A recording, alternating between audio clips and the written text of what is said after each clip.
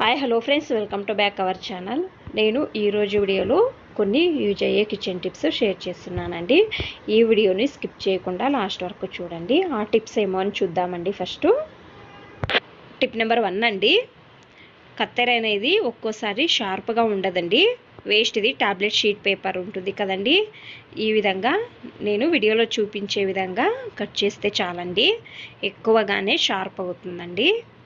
చూడండి ఏ విధంగా కట్ చేస్తున్నానో సేమ్ ఇదే విధంగా అండి చేస్తే చాలండి, కత్తెర అనేది షార్ప్ ఎక్కువగా అవుతుందండి. ఈ టిప్ ఇష్టమైతే ప్లీజ్ ఒక లైక్ చేయండి. టిప్ నెంబర్ 2 అండి. ఒక పాత పరకను తీసుకోండి. కాయగూరలు ఫ్రూట్స్ తెచ్చే బ్యాగ్ ఉంటుంది కదండి, దీనిలో పరకను వేయండి. చూడండి ఈ విధంగా కట్టుకోండి. చూడండి నేను కట్టుకున్నానండి. ఇక్కడ ఒక రబ్బర్ బ్యాండ్ వేసి కట్టుకున్నానండి. చైర్ కింద ధూళి ఉంటుంది కదండి, ఈ విధంగా క్లీన్ చేయడం వలన బ్యాగ్లోనే ధూళి అంతా ఉంటుందండి. చూడండి దివానా కింద, టీవీ స్టాండ్ కింద కానీ అన్ని వైపులా ఇదే విధంగా క్లీన్ చేసుకోవచ్చండి. టిప్ నెంబర్ 3 అండి.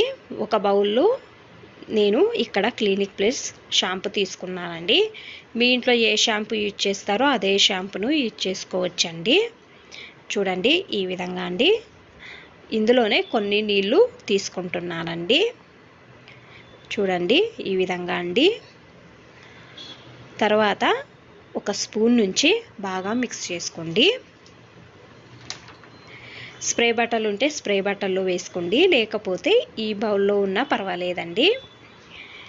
ఈ మిక్స్ చేసుకున్న లిక్విడ్ను మనము స్టవ్ క్లీన్ చేయడానికి యూజ్ చేసుకుందామండి. చూడండి నేను స్టవ్ పైన ఒక ప్లేట్లు పెట్టానండి, అంటే బర్నర్ ఉంటుంది కదండి, అందుకని ఒక ప్లేట్ పెట్టానండి. బర్నర్ పైన ఒక క్లాత్ తీసుకొని ఈ లిక్విడ్లో అద్ది ఈ విధంగా పిండుకోవాలండి. చూడండి ఈ విధంగా స్టవ్ పైన అంతా క్లీన్ చేసుకోవాలండి. సాంబారు, టీ, కాఫీ పొంగి ఉంటుంది కదండి, అక్కడ ఫస్ట్ అంతా స్టవ్ పైన నీట్గా తుడుచుకోండి. వేరే సైడ్ అంతా స్ప్రెడ్ కాకుండా ఉంటుందండి. ఈ విధంగా క్లీన్ చేసుకోండి. చూడండి ఈ విధంగా అండి. నేను ప్లేట్ ఎందుకు పెట్టానంటే బర్నర్లో నీళ్ళు చేరుతాయి కదండి, అందుకనేసి దానిపైన ఒక ప్లేట్ పెట్టానండి. చూడండి ఈ విధంగా అంతా క్లీన్ చేసుకుంటే నీట్గా ఉంటుందండి స్టవ్ అనేది.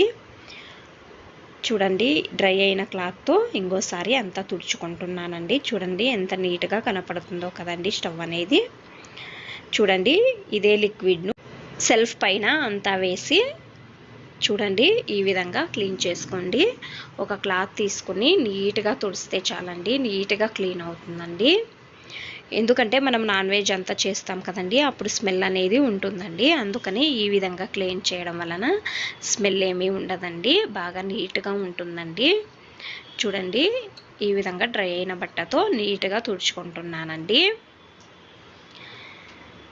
ఈ వీడియో ఇష్టమైతే ప్లీజ్ ఒక లైక్ చేయండి, అలాగే సబ్స్క్రైబ్ చేయండి. ఇంకా ఎక్కువ మంది నా ఛానల్ని సబ్స్క్రైబ్ చేసుకోకుండా చూస్తున్నారండి, ప్లీజ్ సబ్స్క్రైబ్ చేసుకోండి. Thanks for watching.